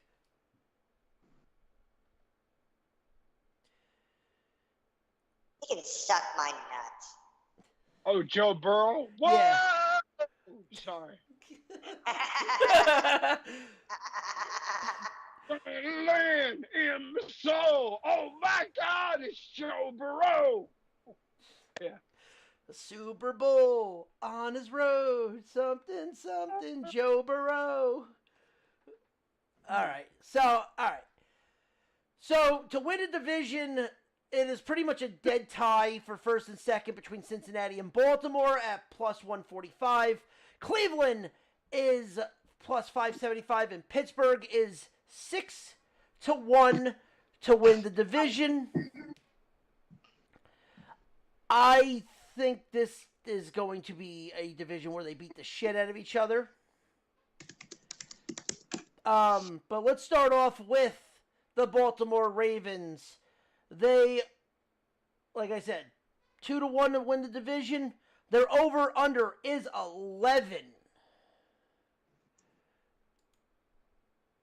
And they Also, Take a shit. What was that, Chris? also, there's no drop hip tackle anymore. In other words, good luck if you're trying to tackle Derrick Henry.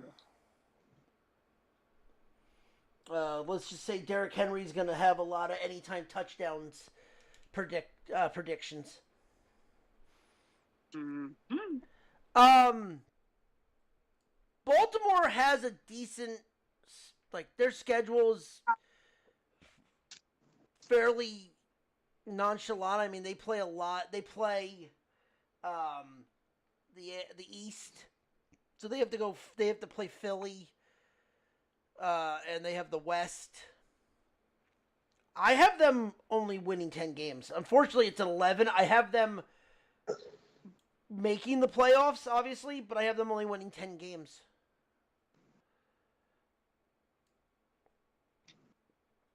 I think so. Actually, I did want to ask this question real quick. Christian, you never answered me on the text. So,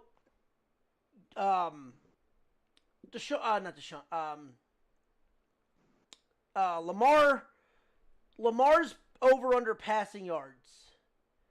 He would have to average 200 yards, passing yards a game. I think he can do that. You think he can average that? I can, but, you know, I still have some concerns about him because this year he enters the prime of his career and he's not where he should be as a passer. You get what I'm saying? Yeah. Like, you look at everyone else. You look at his counterparts. Justin Herbert, Joe Burrow, Patrick Mahomes, Josh Allen. They're more than capable of taking a game over with their arm. You can't necessarily say that about Lamar. When you limit his running, he can throw. I'm not going to deny that, but he can't do it consistently, meaning he can't drop back in the pocket and throw the ball, 35 times a game, because if he does, they lose. But then again, you know, I think we need to stop putting that pressure on Lamar because he's not that quarterback. He's not the guy. He's not a pocket guy. Let's just call it what it is. But he has to be able to throw the ball from the pocket, if that makes sense. Yeah. I think you're going to see a lot more play action passes with him, though. I think so too. Because that's going to be where you really get him rolling out, is where you're going to see them thrive with Baltimore. I don't think he's going to hit. They have him for 22. They have him for over under 22 passing touchdowns this year. I think that's going to be heavy under because I think you're going to get a lot of rushing touchdowns from Henry.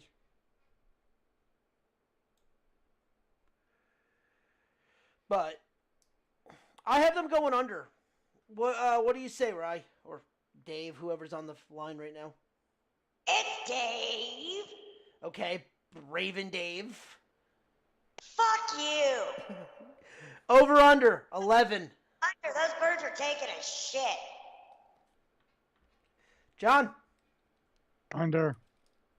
You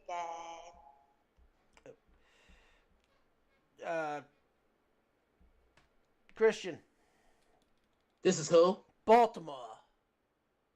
I think they're gonna take a little bit of a step back this year because they lost a few key pieces from last year. You know what I'm saying?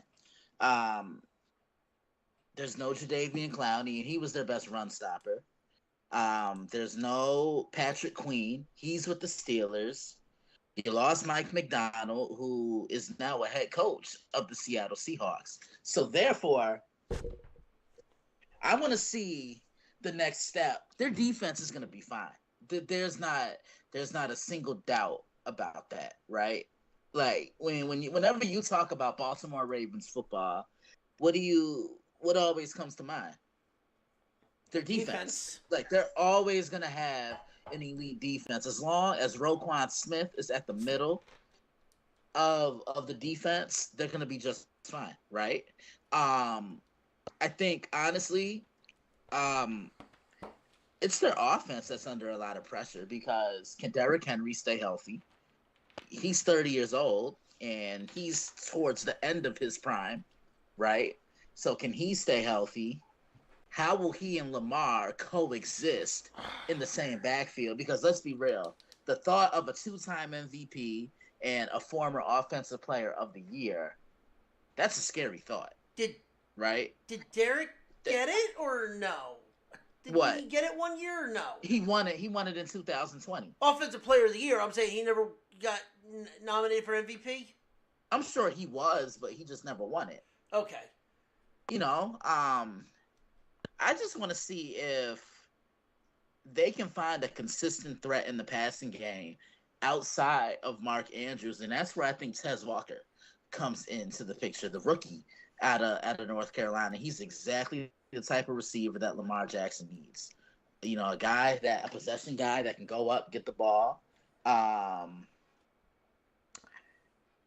What's the over-under? 11. I'm gonna say they won 11. All right, you're gonna have them push. Yeah. I think they're gonna win 11. I wouldn't 10 at the least, but I think they're a playoff team. See, that's where I have them. I have them winning 10. True. Chris, what do you got? Oh, all right. So it's 11, right? Yep.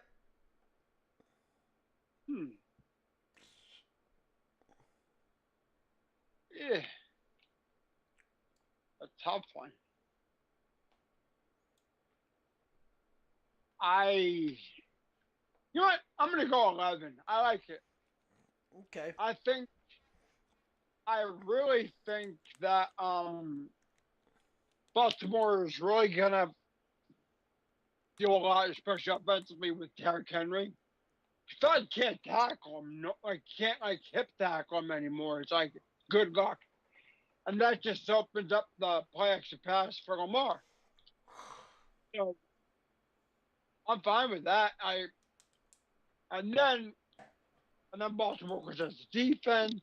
Like I think they can win 11. Yeah. Okay. I'm gonna go Over. All right, next, Cincinnati. Same odds as Baltimore. Their over/under is 10.5. I got them winning 11 games. I had them going over, and I have them winning the North. I see them having a little bit of a weaker schedule. Joe Burrow's going to be fully healthy and ready to go for the season. And besides week 2 is their big fucking game. It's Cincinnati versus Kansas City. And Do they keep upright? they retooled the offensive line with their draft. They got Mims, the O tackle from Georgia, who's really fucking good. I got them, and Higgins signed the franchise tag to kill all the noise. It seems like everybody's going to be in. Granted, I think they lost Mixon. But again, I think the fact that you have Jamar Chase on the outside is still a huge difference maker.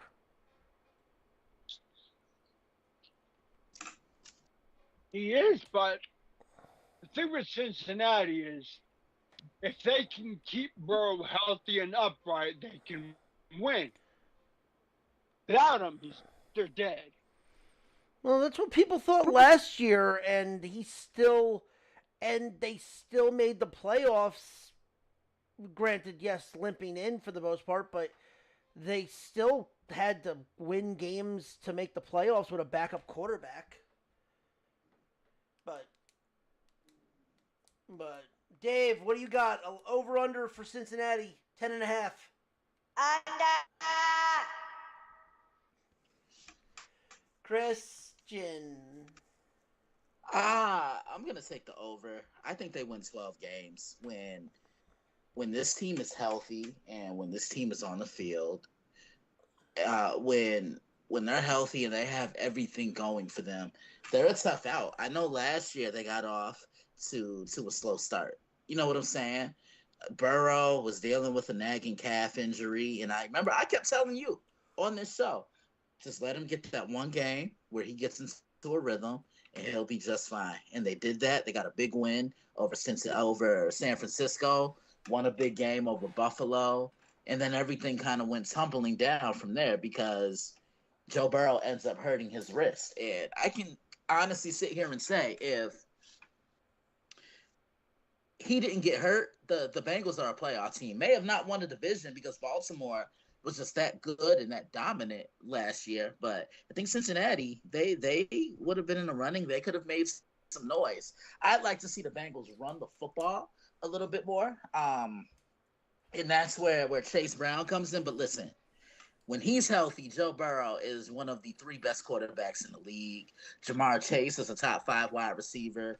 He and Peyton Manning, he and Joe Burrow have a Peyton Manning and Marvin Harrison type of connection. And what I mean by that is Joe just knows how to find Jamar. And this goes back to their college days. They've always had that chemistry. But for the Bengals to be taken seriously, they got to play the defense that they did that got them to the Super Bowl a couple years ago. Yeah. And the year when they got back to the AFC Championship game. And you just mentioned it. I look at that Week 2 game.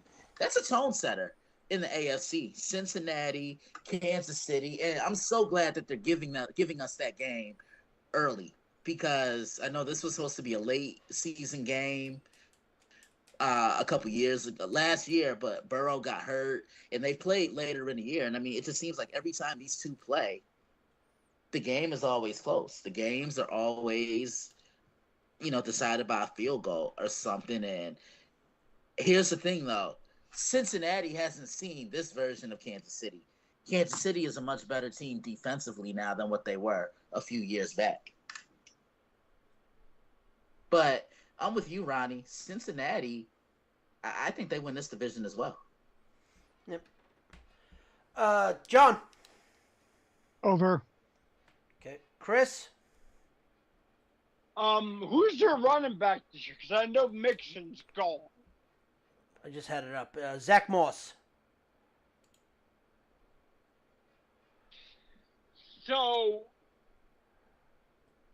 a team that has an issue at offensive line, where they know that they're going to need a quarterback upright in order to win, got rid of the player they leaned on after he got the most.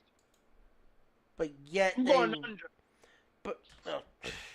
but yet they retooled their entire line.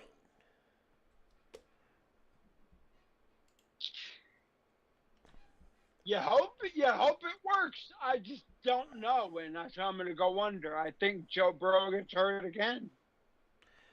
Tell you what team that didn't do anything good. Cleveland. Coming in on this. Oh my God, this team is just a train wreck right now. Their over/under is 8.5. This pretty much does this team finish over 500? And in my opinion, they do not. Like Watson's. Watson is on the pub list. Chubb is on the pub list. He's still on the pup list? What? Yeah, they just Fighting Watson's? They just put him on there. The failure to perform. They're freaking Myles Garrett's questionable. He's not like really practicing. I mean, granted, Cleveland getting Cooper, Judy, and Moore, and I mean they have a great receiving core, but Jerome Ford is not going to be really that good, and I would not want to hand the reins to Jameis Winston or Tyler Huntley. I got them going under 8 wins. Under. Dave. Under. Christian. They'll play soft, but I'll take the under because it all depends on what you get out of Deshaun Watson. He gives Kevin Stefanski a lot of credit. Because he was able to still win 11 or 12 games last year with Joe Flacco. With 3 or 4 different starting quarterbacks and a different starting offensive line.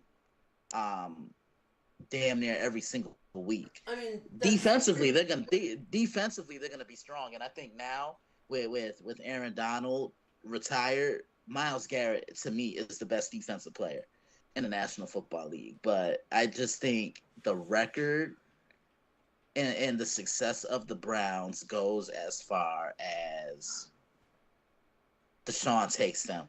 And he's shown that he hasn't really been durable, in his time in Cleveland. He's not the guy he was in Houston. Let's just put it that way. Right. Agree with that. Chris? So after Watson, they have Huntley, Winston, and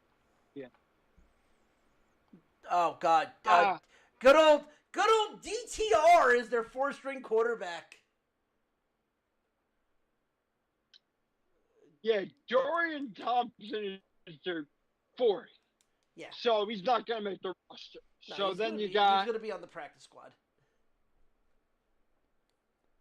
Jameis and Huntley.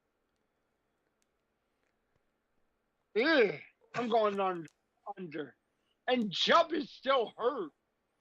Well, Chubb is recovering from a fucking shattered knee. Yeah, he ain't coming back for a while. He might be ready by like week 2. I mean, it's almost been a year. Did they do anything on defense?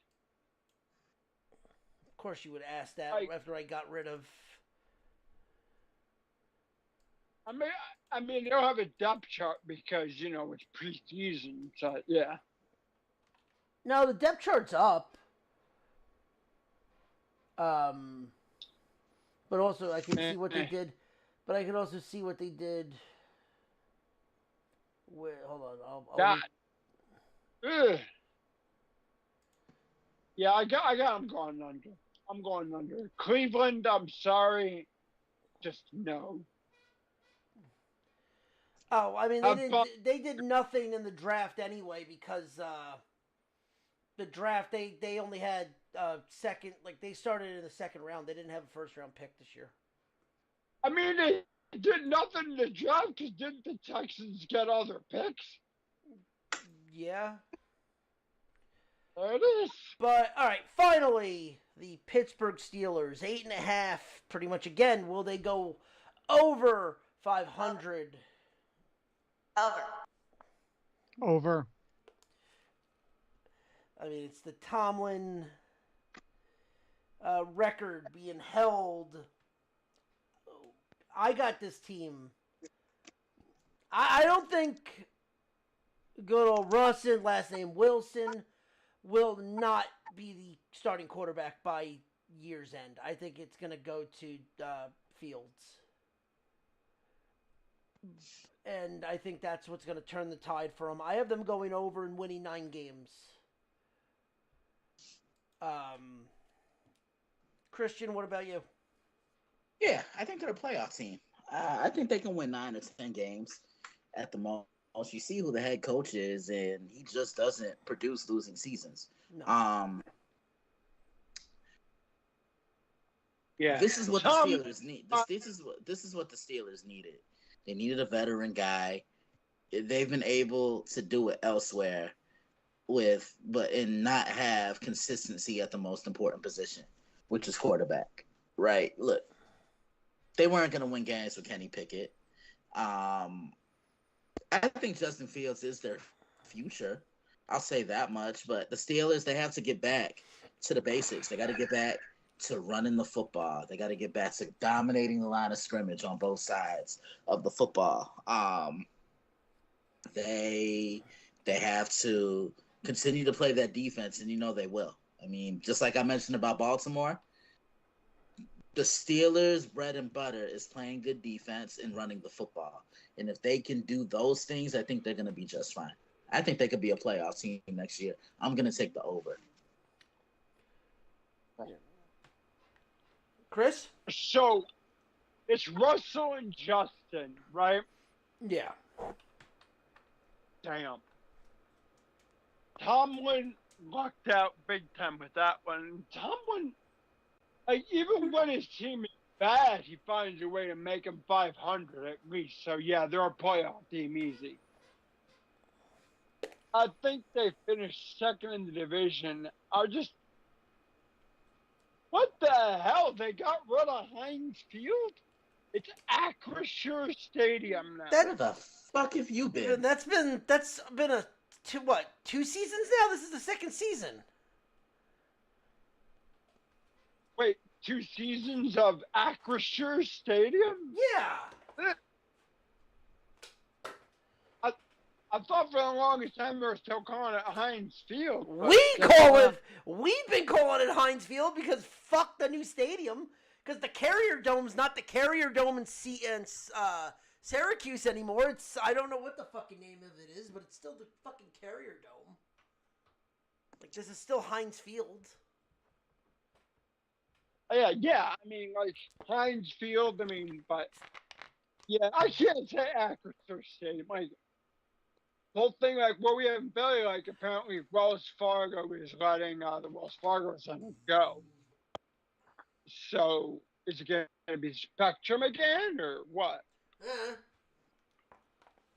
Don't know.